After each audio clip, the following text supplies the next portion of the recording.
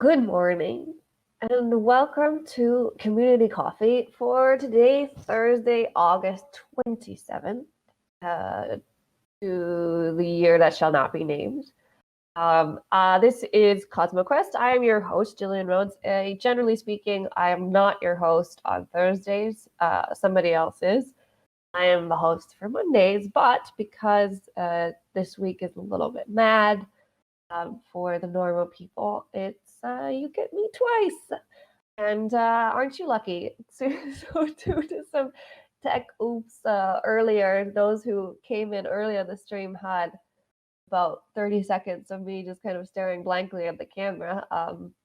But I've had more coffee since then in the 8 minutes since then. So hopefully I can make some sense. I haven't done a coffee time alone in what feels like months or something. Uh, there's random volume slider. Why? That's not. Anyway, never mind. Sorry. It's morning. It is morning. Usually I do these coffee times on the other side of the world, which is evening. So everybody's like struggling out of bed, and I'm like, hey guys, it's coffee time, which is, just generally not fair. But now that I'm visiting family on the other side of the world, I am struggling out of bed with all of you. And it's 7:30 in the morning. So kind of, slowly starting to process. Anyway, I was saying, I haven't, every, every where is the other side of the world? Now I'm here, and that's the other side of the world. When I'm there, this is the other side of the world. So who knows? But usually I have a guest to sort of fill the space and keep me from rambling too much. But hey, I don't have a guest, and so it's just me rambling. I did, however, I have some things to talk about because otherwise this would just be struggle for 30 minutes for both you and me. But anyway, so here we are. I'm going to, so basically, what I thought I'd talk about today is some of the research that I had been doing over the last month or so, which is based around eclipses in art. And it's been driving me absolutely crazy trying to figure out what to do about this research and how to put it into a show, and definitely along this, this morning, if you have better ideas for me, share them, because I'm still kind of confused. I think I know what I want to do, but I'm still kind of confused. So what I found is that there's um, wait, that wasn't a family friendly term that just came to my mind. There's lots and lots, buttloads. I don't know if I can say that, but there you go. Of content on the internet around eclipses in art history. Generally speaking, kind of the same few pieces kind of keep coming up over and over and over again. Though there definitely are a few places where you can find some different things, and definitely, like, they do follow kind of the same themes. There's a certain sort of narrative and rhetoric around the way people are writing about eclipses in art, and definitely there's kind of normally the same old progression of, this is for photography, this is when they didn't know what eclipses were, this is when they started studying eclipses, blah blah blah blah blah. So it kind of goes like that. I generally on the internet have only been able to find Western art. There's like references to sometimes there are references to Chinese or other Asian astronomers, but I haven't found artwork, really too much artwork associated with it, um, which is kind of frustrating, because I'd like to. The one that I did find, for example, This is let me just put this link in the chat. It's from the Princeton, actually, and it's kind of a collection of, well, what is that? It's a collection of eclipse art, and it does have a really wide variety of, from ancient to modern. So, for example, there's this piece which is from Tibet in the 15th century. It's not specifically an eclipse per se, but it's this deity Rahula is the demigod of the cosmos, related to eclipse of the sun, moon, and other planets. So you can kind of, it's basically related to the planets and the sun and all that on the sculpture.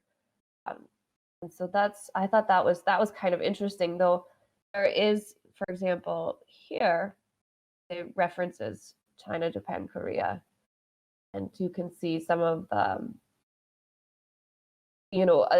generally I found references where it says ancient Asian astronomers thought that eclipses were like a dragon or a dog, basically, that eats the sun for a bit. So, they have, this is like the dragon eating the sun, and the celestial dog, which is somewhere in here. I think it might be here in the middle. I'm not sure. Is the one who also eats the sun, and here they've this is a actual, words are difficult, but it's Japanese, I think. Yes, it's a Japanese thing showing the eclipse of the sun. So I thought that was kind of it's kind of interesting to see some of the different cultures as well, not just Western art. And like this is manuscript, Turkish manuscript that is showing that as well. Generally, I did find kind of what I was struggling with, not just was finding the content and the different kinds of content. I discovered, and I thought this was really cool, is that there's a lot of academic sort of based articles kind of on this, but now that I look back on it, I realize that the vast majority of them are written by the people who were my guests last week, Roberta Olson and Jay Passachoff, who were on the show last week. This one is written by them, co-written, and then this is like the same article, just in a different magazine. And they also have, this is Roberta Olson in Scientific American. They also have one in Nature, which is them. So it's I was kind of confused. It's like, I could, if you want to learn about this stuff, you just read their stuff, everything that Olson and Passachoff have done, basically, and it's just so comprehensive. Like, they've just pretty much covered it, and they do. But I did. They were on the show last week and very generously shared a PDF with me of their new book, which is The Cosmos, Art and Science of the Universe, and it's I read it over the last week, and it's just fascinating, very comprehensive. Again, generally Western, but very comprehensive look at not just eclipses, but also comets and meteors and supernovae and blah blah blah blah blah, like all these cosmological phenomena in art history. And so I just thought, so definitely that's kind of like how do you take a 300-page book and all these articles and the little bits and scraps of all of that and sort of put it into a 40-minute show? Even if I did a series, I feel like I would just kind of be repeating or summarizing or just taking material straight from the book. So I've been very confused about how I want to present this information, because it is fascinating. There's two articles that I found that weren't actually by Olson and Pasachov. There's one, I can put a link to this as well. This is the Royal Society, and it's Symbolism and Discovery, Eclipses in Art by Ian Blatchford. And that one was quite interesting. It's a more academic sort of article. Definitely this particular article doesn't bring out any new pieces of art themselves, but it does talk about kind of the general set of art pieces in an interesting way. And then this one, which I found it somewhere. It's not a link though. It's about archaeology and chronology, and kind of using eclipse related, sort of vaguely related eclipse related pieces from Mesopotamia, and trying to use them to sort of date eclipses and certain significant events in that time. This particular article was interesting because for two reasons. One of them was because, I mean, it's a really different take on the usual. It's not Olson and Pasachov for one, and it's not the same set of art pieces. And what's particularly, I just thought it was really funny because I felt like the author had a bone to pick with I don't know who he was picking a bone with, but he was definitely like had some sort of indignance about the fact that his article wasn't very widely read, or it didn't have a clear category, and I think he'd had a lot of trouble publishing it. And so there's just a few I just find this amusing. It has really nothing to do with eclipses or art or astronomy or anything, but I just thought it was funny that there's a few moments in this article where he just leaves a little zinger about like, well, if you guys had published this, or you understood the relevance of this work and all this, which was funny.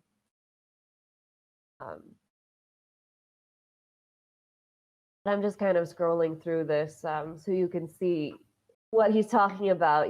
These are basically coins and carvings where he's assumed that these sort of vaguely eclipse-ish like things are actual eclipses, and to kind of use them to date or figure out where maybe these are from. So you can see, like, it's pretty hard to find them in these frescoes, but I don't know if that's the right word.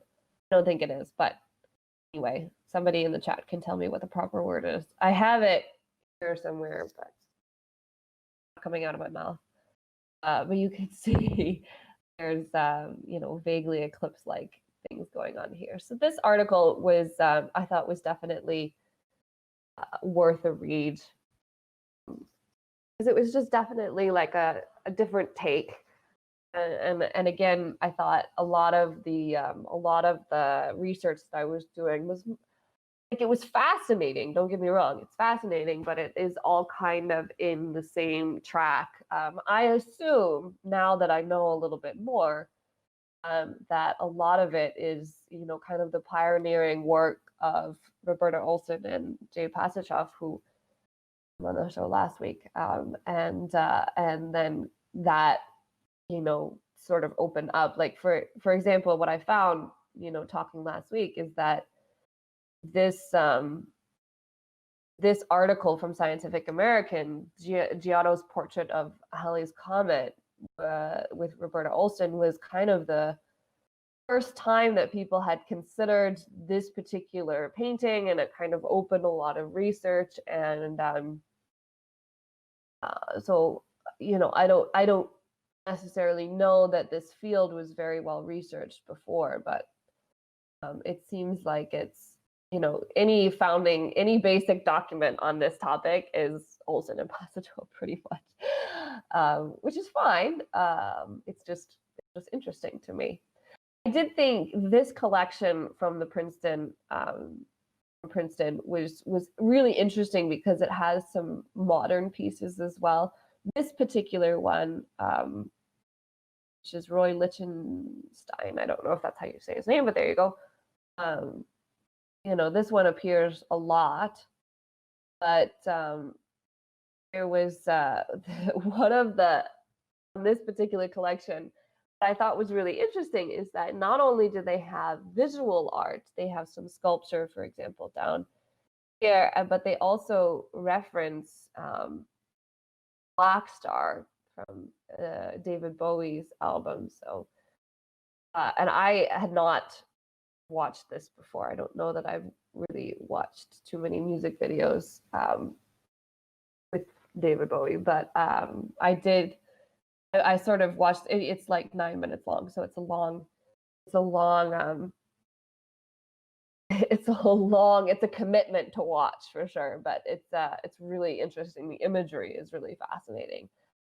So you can imagine, and when final thing, this asteroids, this is the Princeton collection that I'm looking at right now.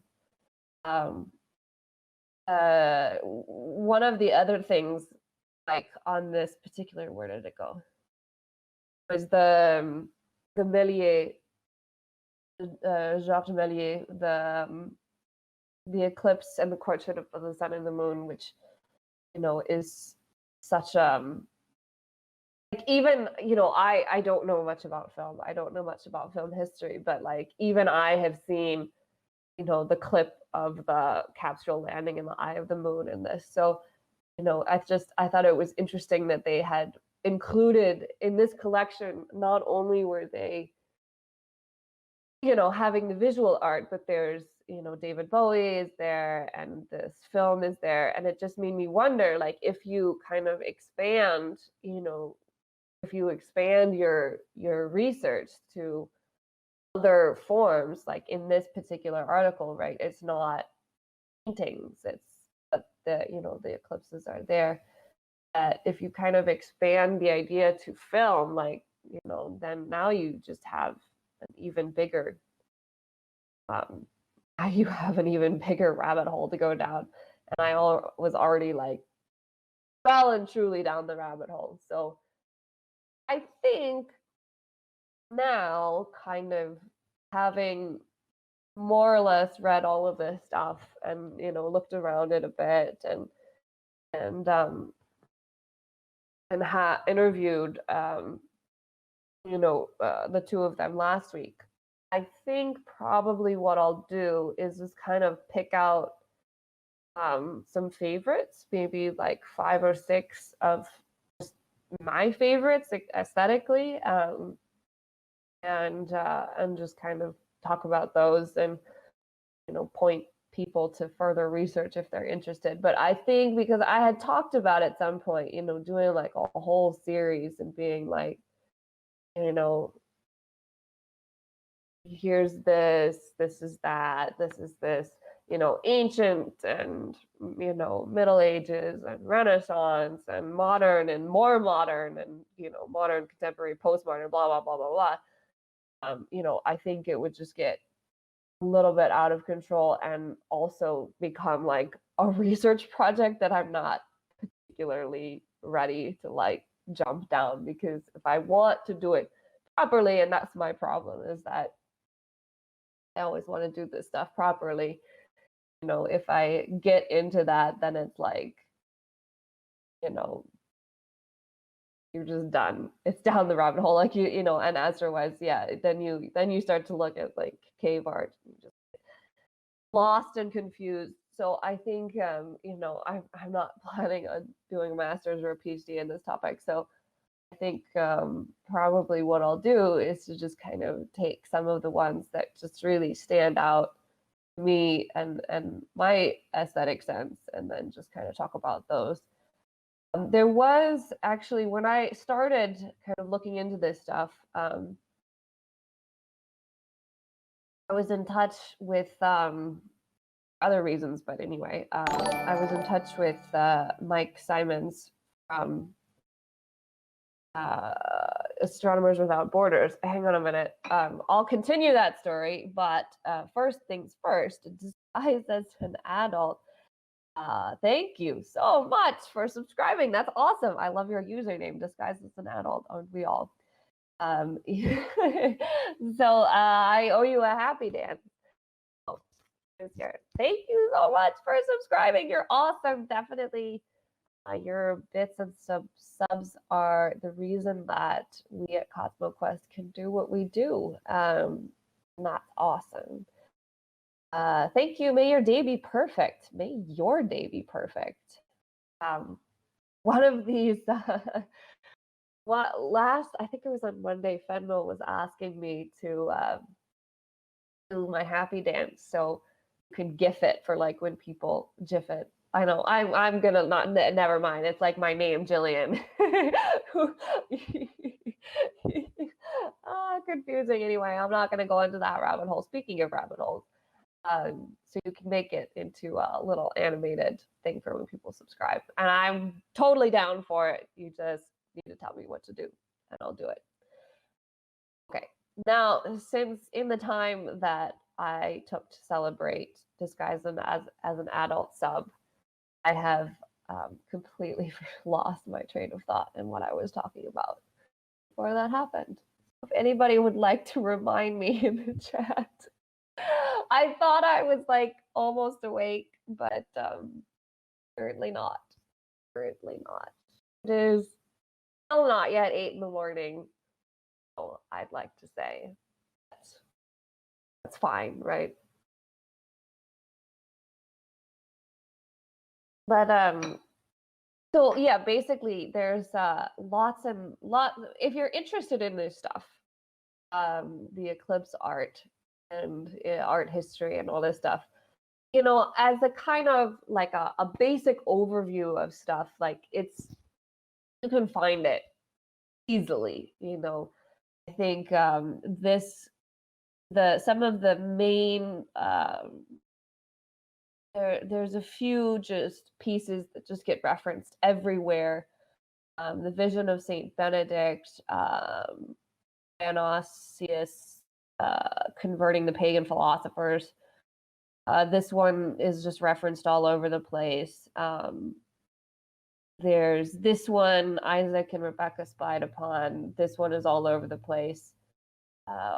There's a few others. This one actually, wait a minute, let me see if I can find this elsewhere. There's this, I think it's Howard Russell Butler. That was the name that was escaping me. Howard Russell Butler. I think he was the one who did this just really significant. Who was the portrait artist? Anyway, it's too early for this. But basically, there's a piece that was, I think it was Butler, that did basically was a portrait artist and did a portrait of an eclipse within, you know, a really short time, and it was very accurate. And so that's just referenced all over the place. And that's quite interesting that like that particular piece is just described as incredibly significant. It like kind of shifted because it was made right at the intersection of photography and sketching. Right? So just at the point when astronomers were moving from sketching to photography, which is just interesting. I think that's kind of one of the themes that all of this stuff talks about is, you know, the basically how. Wait a minute. Most of the articles that I was reading, and generally speaking, all of the most of the academic writing around the topic was around the confluence of science and art. So how astronomers were influencing art, were influencing astronomers, and how especially before, you know, telescopes and astrophotography came around, that they basically the artists and their sketches and their representations of the cosmological phenomenon were the way that scientists were also able to study them, and also that now modern scientists can kind of use these art pieces to learn more about dating, about the rotation slowing of the Earth, to kind of pinpoint which eclipses these artists were watching and where they happened and if they might have gone to here and all of this stuff. So I think it was that's kind of one of the main themes that all of this writing sort of takes. The Princeton catalog is more just about, it's just a kind of a catalog, as less of analysis, but it's most of the analysis is really talking about kind of how these things are influencing each other. Okay, wait. Now, disguise as an adult, no worries. It's pretty easy to get me to lose my train of thought, especially at 8 in the morning. So no worries at all. The Way It Goes has given us bits. Thank you so much. The Way It Goes. I have to figure out a new happy dance. Wait, I think we'll go for this because I can't repeat myself. The way it goes. The way it goes. Anyway. So the more bits and subs that you give on a single stream, the more happy dances you see, because I can't repeat myself. If I've done one happy dance, I have to switch the next time around. But I can reset it on the next stream. Yes, it's my game. I set the rules. So there you go. Veronica Cure was asking, where did you find all of these? I Google searched various iterations of the phrase eclipses in art history. Basically, I was just looking for eclipses. This was, I didn't look for lunar eclipses. I didn't look for meteors. I didn't look for, this, that, and the other thing. I was just looking for eclipses. And that was a big enough, Pandora's box of material. So I don't think I'm going to go into the other ones. Maybe later, but this was a lot for now. Veronica, though, most of this really just comes up easily on a few Google searches. So easy to find. There's a lot of stuff out there. I mean, I think it was just really fascinating because I think specifically eclipses, but I guess really any other phenomenon. Mostly eclipses, though, because they're right at the intersection of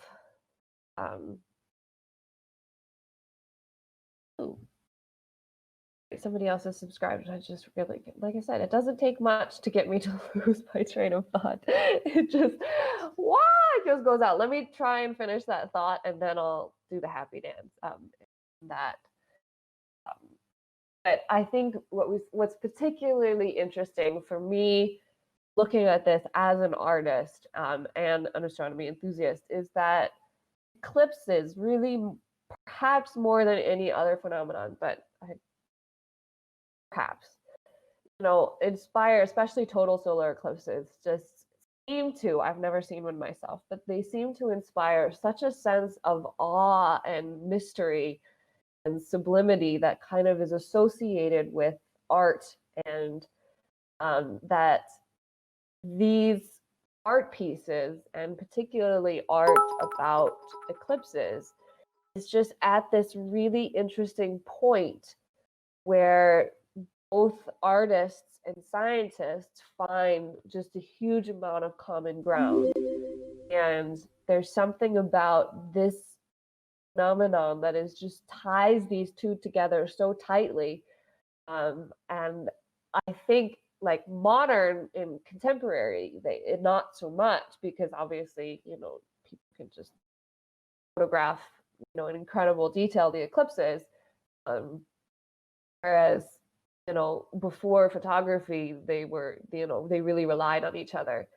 And it just kind of, I'm slowly getting onto a place where I'm like, I'm always on this soapbox of like, put the science and the arts back together. They need each other. Okay, that was the point I was trying to make. In the meantime, I have to thank somebody. So first, how do I say this name? Rigel 16. Thank you for subscribing. That is awesome. Hang on a minute. Let me. I think I'm gonna do a disco happy dance for that. There's only so much I can do when I'm sitting, right? Like, I'll do a disguise as an adult has some bits. So we're gonna do a big fancy happy dance for that, and then we have Starbuck quadruple 7 is also following. So we can do the swimming happy dance. Oh my goodness. Rigel 16. Okay. All right. Awesome. Thank you, everybody. That's awesome. Thank you for your bits. Thank you for your subs. That is how CosmoQuest used to do what it does. I'm here for the dance off. So, I mean, not that you can actually tell if I'm like sitting in a computer screen, I can do like mime with my Zoom window. I'm actually trained, but anyway, putting that aside, I can. I'm here for the dance off too. That's what I do. I love it. I have not yet experienced a total solar eclipse.